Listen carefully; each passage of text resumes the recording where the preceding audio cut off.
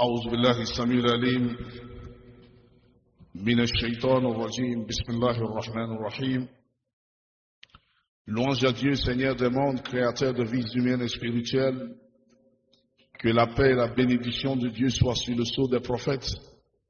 La lumière de l'obscurité, le prophète Mohammed, sallallahu alayhi wa sallam, sur ses fidèles compagnons et ceux qui ont suivi et continuent à suivre la belle voie de l'islam. Aujourd'hui, nous sommes jeudi, le 9 du mois islamique Safar, 1448, qui correspond au jeudi, le 23 juillet 2026. Nous sommes toujours dans notre programme hebdomadaire qui consiste à résumer chaque sourate chaque semaine. Aujourd'hui, nous sommes à la sourate Tawbah, qui est la 9e sourate du Coran. La semaine passée, nous avons parlé de sourate Al-Anfal, qui est le 8e chapitre du Coran, qui a fait mention au traité de guerre, au butin après la guerre. Si vous arrivez à avoir la victoire sur votre ennemi, le butin, ça veut dire que tout ce qui revient comme bénéfice, comment faire le partage, Allah subhanahu wa ta'ala nous en a parlé. Mais dans Surat al-Tawbah, qui est une Surah al-Madani, qui veut dire que la Surat al-Tawbah a été révélée après l'hégire du prophète Mohammed sallallahu alayhi wa sallam de la Mecque à Médine. Sur le plan linguistique, le mot Tawbah, ça veut dire le repentir. Cette Surah a 129 versets. C'est l'unique Surah dans le Coran qui n'a pas commencé par Basmala. Ça veut dire que Surat al-Tawbah, pour réciter la Surat al-Tawbah, on ne dit pas Bismillahir Rahmanir Rahim. On va directement avec le premier verset sans faire mention de Bismillahir Rahmanir Rahim.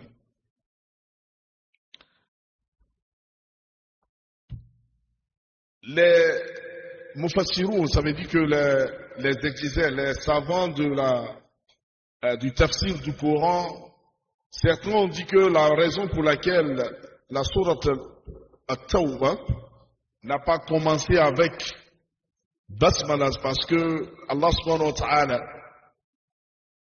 a été vraiment direct et sévère à travers les mécréants et les hypocrites. Mais il y a certains exégètes qui disent que la raison pour laquelle Surat al-Tawbah n'a pas commencé par Basmala, c'est parce qu'ils considèrent ceci comme une continuation de Surat al-Anfal. Parce que Allah subhanahu wa ta'ala, dans Surat al-Anfal, Allah subhanahu wa ta'ala nous a parlé comment se préparer pour la guerre et tout ceci. Et ceci déjà, c'est comme une continuation. Bref, pour nous, c'est l'unique surah dans le Coran qui n'a pas commencé par Bismillahir Rahmanir Rahim. Ça veut dire que la Surat al-Bara, pour lire Surat al-Bara, l'on dit A'udhu billahi minash shaitanir rajim et vous dites Bara'atum min Allah wa rasulihi ila alladhina ahadtum min al-mushrikin. Directement sans Bismillahir Rahmanir Rahim. Al-Bara veut dire le désaveu. Allah subhanahu wa ta'ala ceci provient du premier mot de la sourate. Quand Dieu dit Bara'atum min Allah. Signalant avec déclaration de désassociation envers ceux qui s'opposent à l'islam. Ça veut dire que quelqu'un qui ouvertement déclare la guerre à l'islam, il est très important que les musulmans aussi les considèrent comme des ennemis.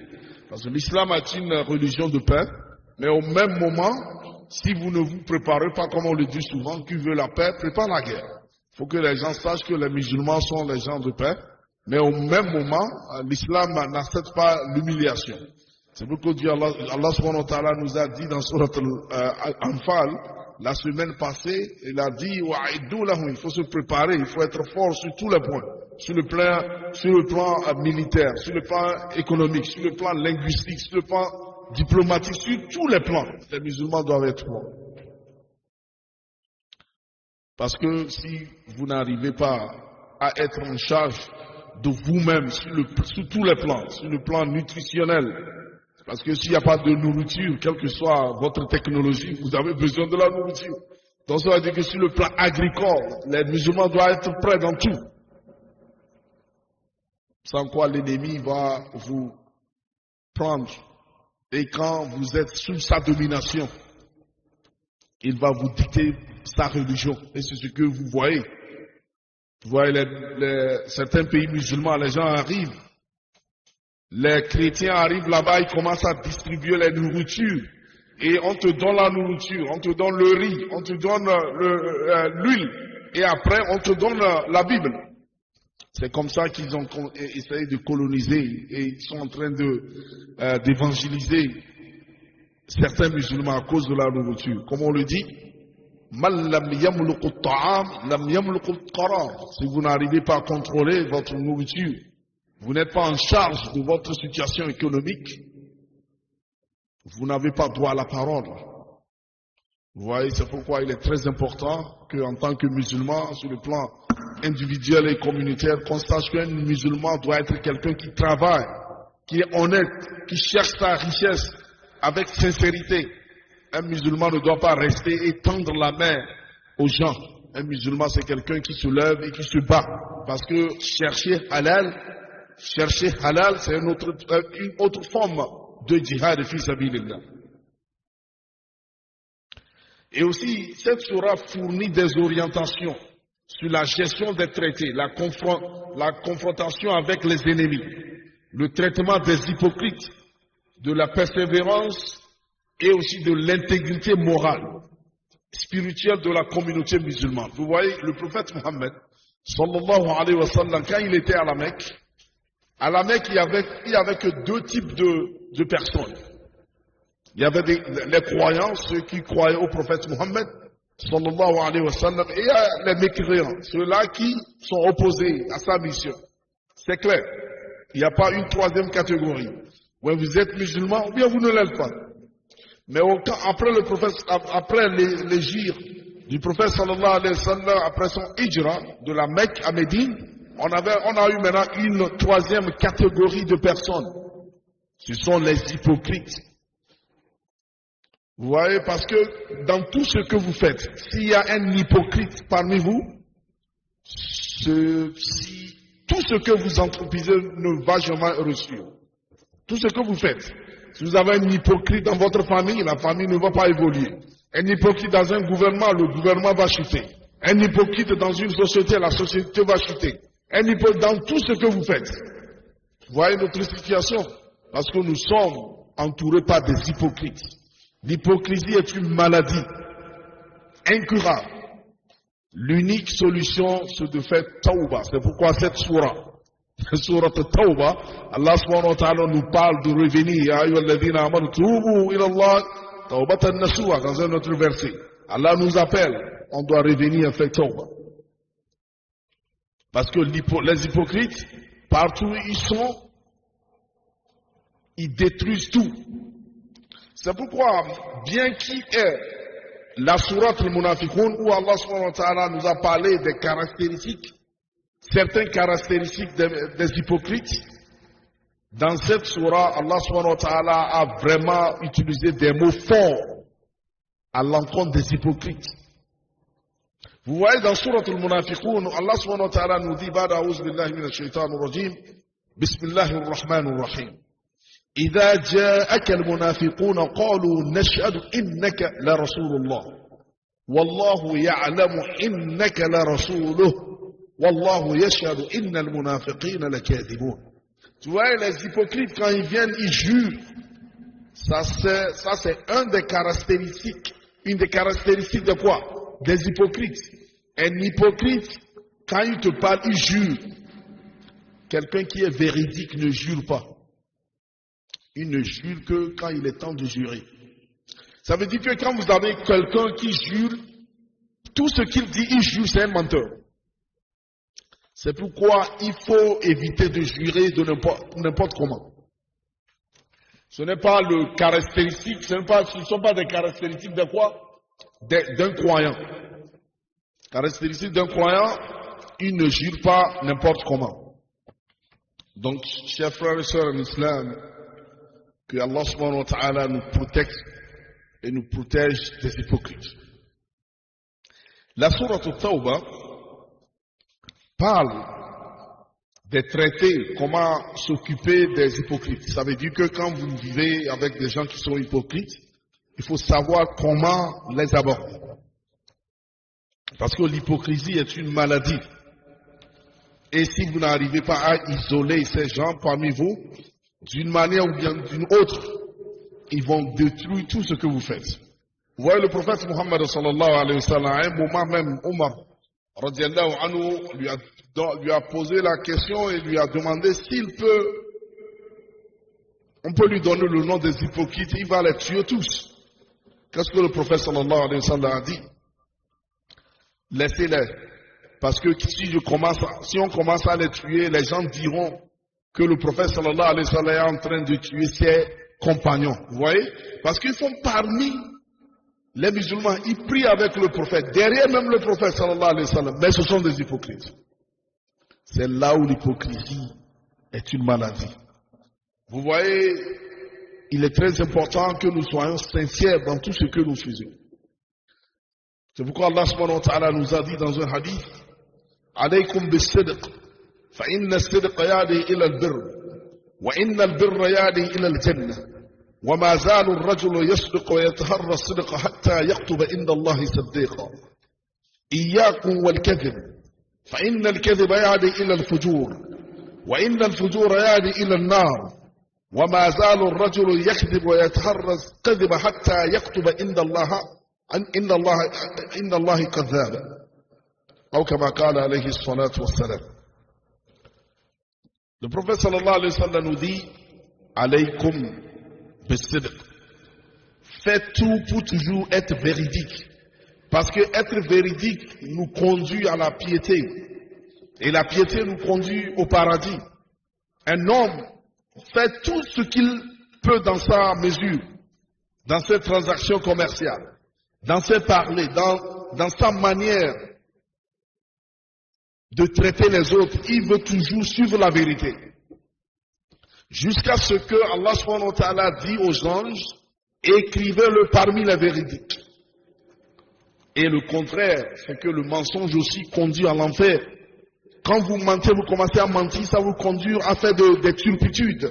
Les turpitudes conduisent quoi? À l'enfer. Et l'enfer, un homme continue à mentir. Tout ce qu'il fait, il doit mentir. Vous voyez, certains parmi nous, quand tu lui dis, tel m'a dit ceci, et on lui répond, si c'est celui-ci, c'est un menteur, il a menti. Même s'il dit la vérité, parce qu'on le connaît déjà par le mensonge. Que Allah subhanahu wa ta'ala nous protège contre ceci. Un homme continue à mentir jusqu'à ce que Dieu dit aux anges, écrivez-le parmi les menteurs. Et vous voyez de l'autre côté, quand Allah subhanahu wa ta'ala donne l'ordre aux anges d'écrire votre nom parmi les véridiques, être un véridique, c'est un niveau très très très élevé. Et c'est ce que Dieu dit. Alladhina an'ama Allahu alayhim minan nabiyyin was-siddiqin was-shuhada was-salihin wa hasuna ulaika rafiqa. Vous voyez, après les prophètes, c'est les véridiques. Avant même ceux-là qui sont partis au jihad fi sabilillah. Alladhina an'ama Allahu alayhim minan nabiyyin was-siddiqin. C'est pourquoi quand on dit Abu Bakr Siddiq, radiallahu anhu, c'est un niveau élevé. Et vous voyez logiquement, après le prophète Muhammad, sallallahu alayhi wa sallam, qui a été calife, qui a été khalife de la communauté musulmane, c'est Abu Bakr Siddiq, parce qu'il est au second rang après les prophètes. Allahu Akbar. Vous voyez, il n'y a pas de contradiction dans les versets coraniques et les hadiths du prophète Muhammad sallallahu alayhi wa sallam, à moins que vous avez une nécessité morale ou bien intellectuelle. Si quelqu'un dit qu'il y a une contradiction entre tel verset et tel hadith, c'est parce que peut-être il n'a pas compris. Et il doit chercher à savoir que Allah subhanahu wa ta'ala nous aide. Et, chers frères et sœurs d'Islam, La sourate Al-Tawbah nous exhorte au djihad fi sabilillah. La sourate Al-Tawbah nous appelle à investir notre temps, notre énergie, notre argent dans la voie d'Allah subhanahu wa ta'ala. Il y a des gens qui se disent qu'ils aiment le prophète Muhammad sallallahu alayhi wa sallam, à telle enseigne qu'ils ont même l'audacité de dire que s'ils étaient vivants au temps du prophète Muhammad sallallahu alayhi wa sallam, ils allaient aller au djihad fi sabilillah avec le prophète Muhammad sallallahu alayhi wa sallam. Et même, il y a certains qui disent que leur amour du prophète sallallahu alayhi wa sallam, c'est cet amour qui leur pousse à célébrer, par exemple, Mawlud. Et tous ceux-là qui n'observent pas Mawlud, ils n'aiment pas le prophète. Inna lillahi wa inna ilayhi raji'un. Vous voyez, quand quelqu'un déjà se comporte de cette manière, ça veut dire qu'il commence à prendre les pas d'hypocrisie. Vous êtes un hypocrite quand vous dites ceci. Parce que, vous voyez, être véridique. Vous-même, vous savez que quelqu'un qui dit qu'il suit la sunna du prophète Muhammad sallallahu alayhi wa sallam, vous savez qu'il ne suit pas la sunna de ses parents, la sunna de sa mère. Quand quelqu'un dit il suit la sunna du prophète sallallahu alayhi wa sallam, ça veut dire quoi? Il suit le Coran et les hadiths authentiques du prophète Muhammad sallallahu alayhi wa sallam. C'est ça la vérité. C'est ça la vérité. C'est ça avoir la véracité dans tout ce que nous faisons. C'est pourquoi Dieu nous dit, ceux-là qui disent qu'ils aiment Allah, ceux-là qui disent qu'ils sont vraiment prêts à aider l'islam, Allah subhanahu wa ta'ala nous appelle et il nous exhorte en disant ceci. Ceux-là qui, d'une manière ou d'une autre, pensent qu'ils aiment Allah, Allah subhanahu wa ta'ala leur place dans un texte. Allah dit, Ya ayyuhalladhina amanu, ma lakum idha qila lakum unfiru fi sabilillahi thaqaltum ila al-ard. Araditum bil hayati ad-dunya min al-akhirah, fama mata'u al-hayati ad-dunya fil akhirati illa qalil. Ceux-là qui disent qu'ils aiment Allah, êtes-vous prêts à prendre votre fortune et aider l'islam? Êtes-vous prêts à aider les prédicateurs? Êtes-vous prêts à aider les causes des orphelins? Si vous n'êtes pas prêts à aider les mosquées, seront-vous prêts à aller au djihad fi sabilillah? Parce qu'il y a certains qui ne comprennent pas ce qu'on dit djihad fi sabilillah. Ça veut dire que tout ce que tu fais, tu cesses le faire. Tu n'as pas le boulot, tu n'as pas le travail, tout ce que tu as, tu prends avec ton âme, tu vas pour défendre l'islam. Toi qui n'arrives pas à donner fi sabilillah dans la mosquée, c'est toi qui es là. Tu penses que tu peux aider l'islam.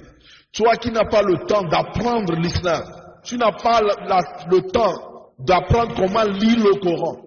C'est toi qui es prêt à aller sacrifier ton âme. Que Allah subhanahu wa ta'ala nous guide sur la bonne voie. Chers frères et sœurs en islam, la sourate At-Tawbah nous fournit des orientations sur les responsabilités morales, sociale et militaire de la communauté musulmane. Elle met l'accent sur la sincérité dans la foi, le courage dans la défense de l'islam et la vigilance face à l'hypocrisie. La sourate renforce la récompense divine pour l'obéissance et le dévouement, tout en avertissant contre la désobéissance et la trahison. Parce que vous voyez, quand vous avez un hypocrite parmi vous, tout ce que vous faites, votre secret est dehors. Que Allah subhanahu wa ta'ala nous protège contre l'hypocrisie. Et cette sourate nous parle d'être véridique.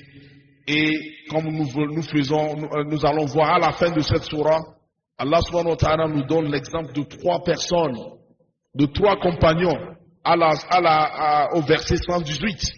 Allah subhanahu wa ta'ala nous donne l'exemple de 3 personnes qui ont cru à la fois au prophète Muhammad sallallahu alayhi wa sallam, à l'expédition de At-Tabouk. Il y avait les hypocrites qui n'ont pas fait part à cette expédition pour aller défendre l'islam. Parmi eux, il y a 3 croyants qui n'ont pas aussi fait le déplacement. Mais au retour du prophète sallallahu alayhi wa sallam, les hypocrites sont venus, ils ont commencé à mentir. Le prophète sallallahu alayhi wa sallam les a laissés. Mais les trois ont décidé de lui dire la vérité. Allahu Akbar. Ils ont dit, Ya Rasulallah sallallahu alayhi wa sallam. Nous ne sommes pas allés parce que c'est Satan qui nous a mis en arrière. Nous avons tous les moyens d'y aller. Allah subhanahu wa ta'ala leur a dit, attendez, le prophète sallallahu alayhi wa sallam dit, attendez, Allah subhanahu wa ta'ala attend votre sort. Allah subhanahu wa ta'ala les a mis en test. Ils ont passé le test.